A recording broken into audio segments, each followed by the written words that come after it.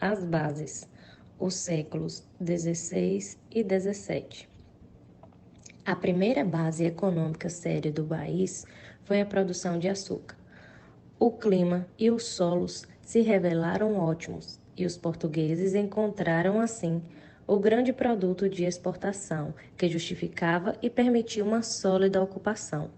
Era intensa a demanda por esse produto raro, leve e facilmente estocável. De fato, o Brasil se posiciona, na primeira metade do século XVII, o principal produtor mundial de açúcar. As consequências dessa expansão foram de várias ordens. Era necessário, para cultivar a cana, importar escravizados africanos. Os primeiros chegaram em 1532, até que, a partir de 1842, a Grã-Bretanha fizesse respeitar, pela força, sua proibição. Partindo do Golfo da Guiné, inicialmente, e da Angola e Moçambique, que em seguida milhões de africanos foram deslocados para trabalhar nas plantações do Brasil. Em outra escala, o ciclo da cana gerou ciclos secundários que marcaram outros espaços. Para pagar os escravos, os colonos portugueses instalavam no Brasil necessidade de mercadoria de troca. Não ocorreu nesse caso a modalidade clássica do comércio triangular, com os produtos da metrópole, mas a troca direta com o pagamento em fumo. O Recôncavo Baiano, região próxima de Salvador, foi especializado nessa produção. Era necessário também produzir o alimento para os escravos. Na região da açúcar, ninguém queria perder tempo nem espaço para uma produção alimentar e ainda criar os bois para impulsionar os moinhos que esmagavam a cana.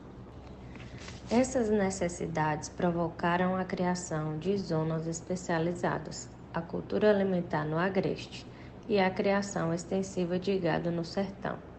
Nesta vasta zona semiárida, não se podia pensar em produção agrícola, e a pecuária permitiu conquistá-la, subindo os rios, notadamente o São Francisco. A primeira base da economia foi, portanto, o açúcar, no Brasil. Porém, sua expansão foi graças aos seus exploradores e seus pecuaristas. Uma verdadeira explosão territorial, cuja consolidação e valorização vieram graças aos seus pacientes esforços para estabelecer estradas, fazendas e pousadas. Presente desde a época do açúcar, os pecuaristas tinham ocupado a mata semiárida do sertão, criando bois para fornecer às plantações do litoral a carne seca, o couro e os animais indispensáveis para girar o moinho dos engenhos. As minas de ouro também precisavam deles, e o movimento de expansão da criação prosseguiu para o norte e para o sul. Os pecuaristas já tinham ocupado o Alto São Francisco antes da descoberta do ouro. Reforçaram sua presença porque as minas construíram novos mercados. Essa criação, apoiada às estradas e feiras estabelecidas, deu impulso decisivo para a expansão do domínio português para o sul, frente aos espanhóis. Foi, portanto, a pecuária, mais que o ouro, que contribuiu para dilatar o espaço brasileiro. Fazendas eram estabelecimentos fixos, amparos úteis nessa extensão imensa. A partir delas, o gado ia para o litoral, seguindo caminhos fixos de rio em rio. Povoados ofereciam etapas, pastos para descanso ou engorda e feiras periódicas. Muitas delas tornaram-se grandes cidades, como Feira de Santana, Bahia, ou Campina Grande, Paraíba. Mundo sem escravos, violento, porém mais igualitário que o universo das plantações e das minas. O mundo da pecuária prolongou as zonas do açúcar e do ouro, uma fronteira móvel, mais organizada, consolidando e homogeneizando o espaço que tinha conquistado.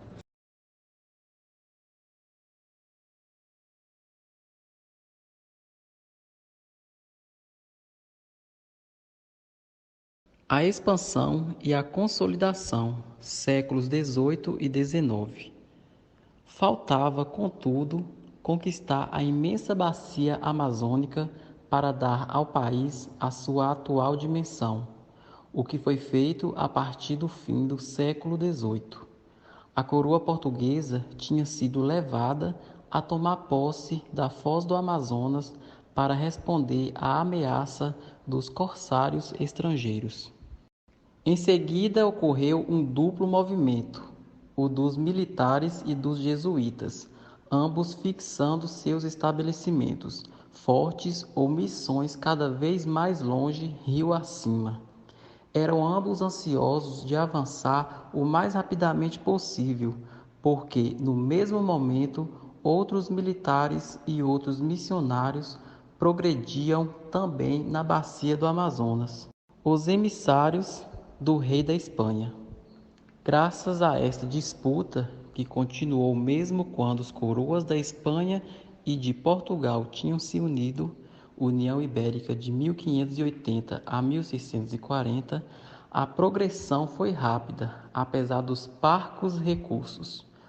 O Forte de Manaus foi fundado em 1669 e as missões escalonaram-se ao longo de todo o rio a partir da metade do século XVII. Quando os jesuítas foram expulsos em 1661, a conquista estava praticamente terminada. No século XVIII, o movimento ampliou-se, progredindo ao longo dos afluentes. A exploração econômica reduzia-se à caça e à extração de algumas plantas, raízes, borrachas e resinas, e os sonhos de riqueza, alimentados por mitos recorrentes, o Lago Parima, o Eldorado, nunca se materializaram.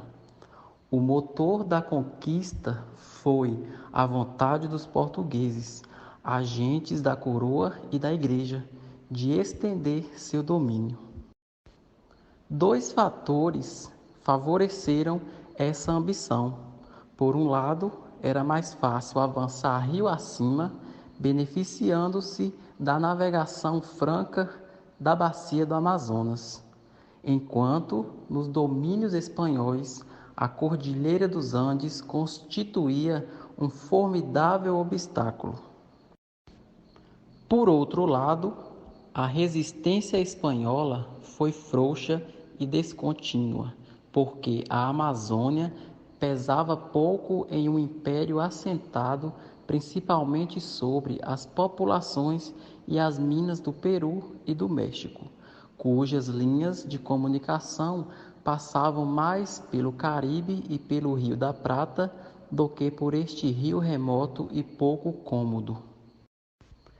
Em 1750, no Tratado de Madrid, que definia e delimitava em alguns trechos os impérios espanhóis e portugueses, é notória a expansão territorial desde Tordesilhas. O século XIX e o início do século XX foram marcados pelos últimos ciclos, sem dúvida os que mais contribuíram para modelar o território. O mais curto foi o da borracha. A demanda mundial de pneumáticos cresceu muito rapidamente com o desenvolvimento do automóvel e, para satisfazê-la, instaurou-se todo um sistema. No patamar superior estavam as casas de importação e exportação de Belém e Manaus, e no inferior os seringueiros. A maior parte vinha do Nordeste, menos atraídos pela borracha do que expulsos pela terrível seca que devastou o sertão a partir de 1877. Mais de 1 milhão de nordestinos vieram assim instalar-se na Amazônia, e muitos ficaram após o desmoronamento do sistema da borracha. Com esse episódio, começou a primeira onda de migrações internas, prova de que a população brasileira tinha atingido uma massa crítica e já era, então, bastante numerosa para alimentar correntes internas das regiões mais consolidadas para as terras novas, sem depender totalmente da imigração. A partir de 1910, quando a Amazônia produzia 80% da borracha mundial, as plantações inglesas e holandesas do sudeste da Ásia chegaram à maturidade e a sua produção, mais regular e menos dispendiosa que o extrativismo amazônico. Durante esse curto período, a Amazônia brasileira foi percorrida, ampliada e os avanços pioneiros foram oficializados pelos tratados com a maior parte dos países vizinhos, como o de 1903, que permitiu anexar o Acre. Foi também povoada, sua população passou de 300 mil habitantes a 1.500.000 entre 1872 e 1920. Privada dos recursos da borracha, entrou em letargia, da qual saiu apenas no início dos anos de 1970. Nesse mesmo período, a onda do café transformou o sul do país e assegurou a sua decolagem econômica, introduzindo no Brasil no século XVIII. O café desenvolveu-se magnificamente. No momento em que a demanda mundial para a nova bebida aumentava, o país podia oferecer climas e solos bem adaptados às exigências desta planta delicada, encontrando assim o novo recurso que lhe faltava para impulsionar novamente a economia.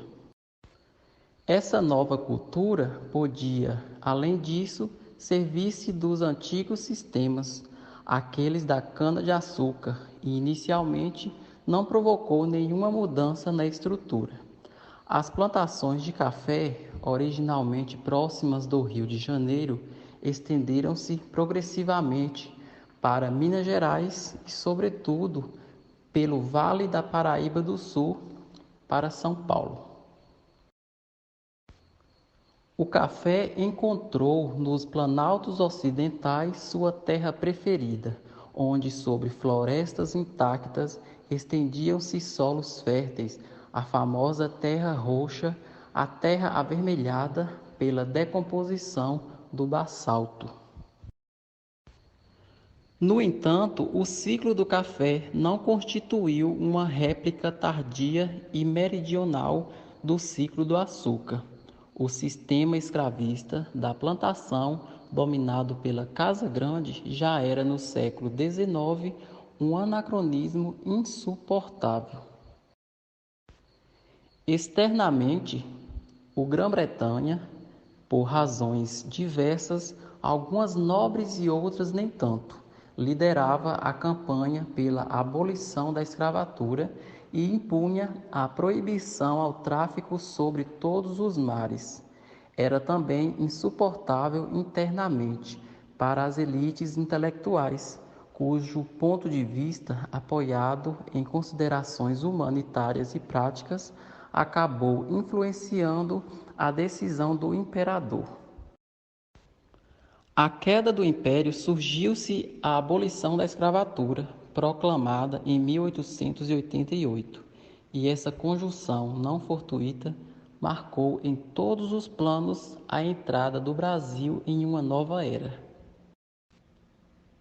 A cultura do café foi inicialmente desorganizada pelo fim da escravidão, mas a resposta foi rapidamente encontrada.